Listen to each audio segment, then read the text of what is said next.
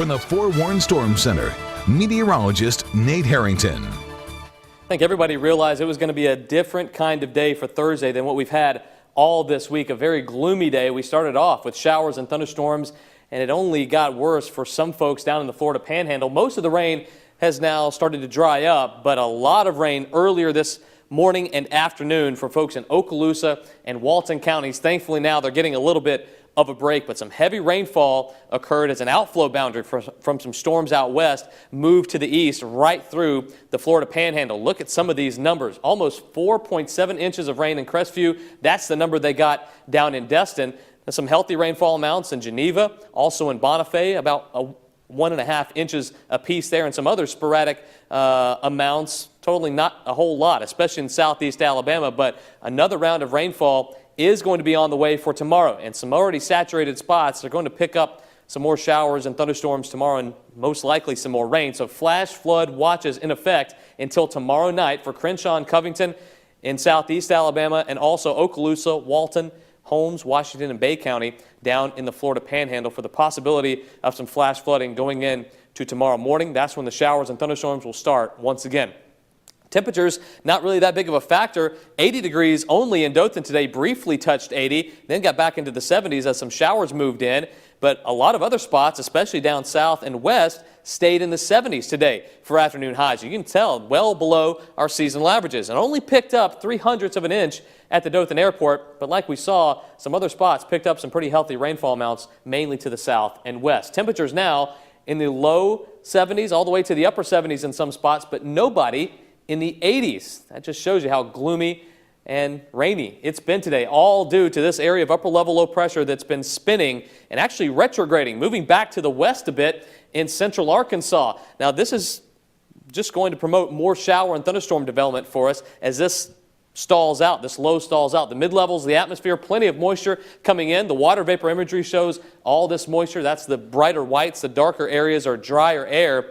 And this area of low pressure is just going to sit and spin and bring all that moisture back up. And it's going to stall out. Here's a look at the mid-levels of the atmosphere. There's that low, and it just sits there from tonight into tomorrow. Finally, by Saturday, I think we see a more typical summertime pattern develop, but still staying unsettled with a lot of moisture in the air. Sea breeze will spark our showers and thunderstorms for the weekend. A high rip current risk out in the water. Showers and thunderstorms likely once again. Basically a carbon copy of Thursday for Friday out near the Gulf and basically everywhere in the southeast. 67 for tonight.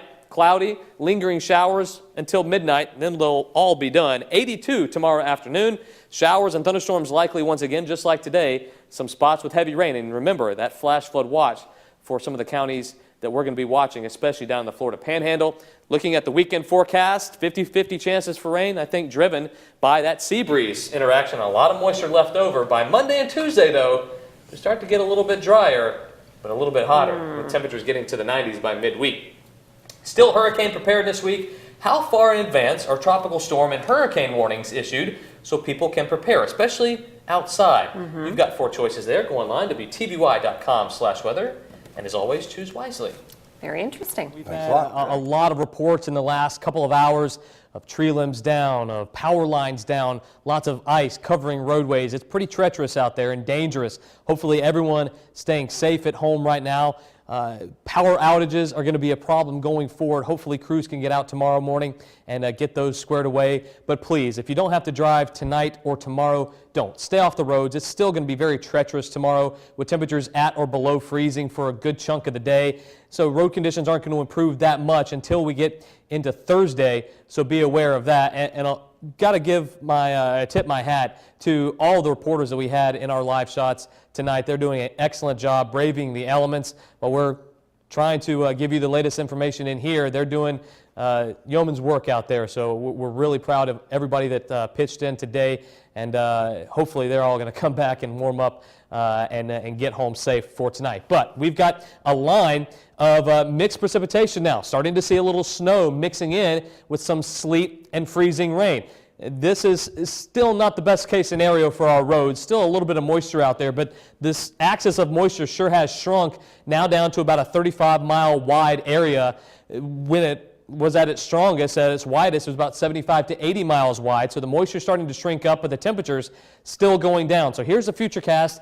Mixed precipitation, a little bit of snow, a little bit of sleet, where you see the pink and the white areas. I think it changes all over to snow, or at least mostly snow, after midnight for a lot of folks. And then we start to see that moisture all dry up or move down to the south, where folks in the Big Bend and southeast Big Bend and the Big Bend of Florida will get their turn with some of this wintry weather. By 8 o'clock tomorrow, we'll be done with the moisture, but still, the roads will be treacherous with all the ice still on them, and temperatures will get cold for tonight. That's another part of this that not getting enough play, I think, and that's partly our fault to hype up some of the dangers with this storm. However, the cold is going to be another story. Wind chill advisory in effect through noon tomorrow, with temperatures dipping down into the 20s tonight. Winds are going to stay steady out of the north and northwest at around 10 to 15 miles an hour, and that is going to cause wind chills to get dangerously low. Numbers right now, it's already cold up in Troy, 24. Chilly for folks in Enterprise, Ozark, Geneva, in the middle and upper 20s, 30 right now in Dothan,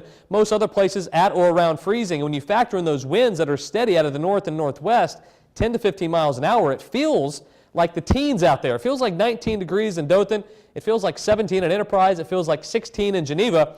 So if you notice, some of our reporters out in the elements tonight, a little teeth chattering, that's exactly why it feels like the teens out there. So for tonight, we're going to continue to see that wintry mix, a little snow, a little ice and freezing rain mixed in, 24 degrees when you wake up tomorrow morning, and some spots could be in the low 20s.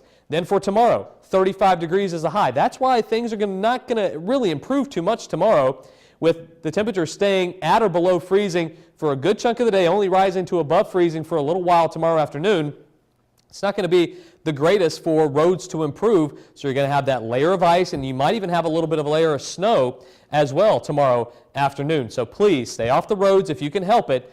Travel not advised until most likely on Thursday in mass, really. The 5-day forecast gets a little better. We finally break above freezing for a good chunk of the day on Thursday. Then by Friday, Saturday, and Sunday, big time changes into the 60s. Friday afternoon, we'll be in the middle 60s and close to 70 by the weekend, with chances of rain on Sunday. It's been a long night. I can't say enough about our reporters, how good they've done tonight. A great job all around, and they need to get back. Yeah. They need to stay safe, stay warm, and everybody else too. We've had a lot of folks impacted by this storm. Hopefully this is the last one we have to worry about for a long time. Mm-hmm. These don't come around too often, once every 20, 25 years, once in a generation, but we got it, and everyone's doing a good job. People are staying off the roads. Yep.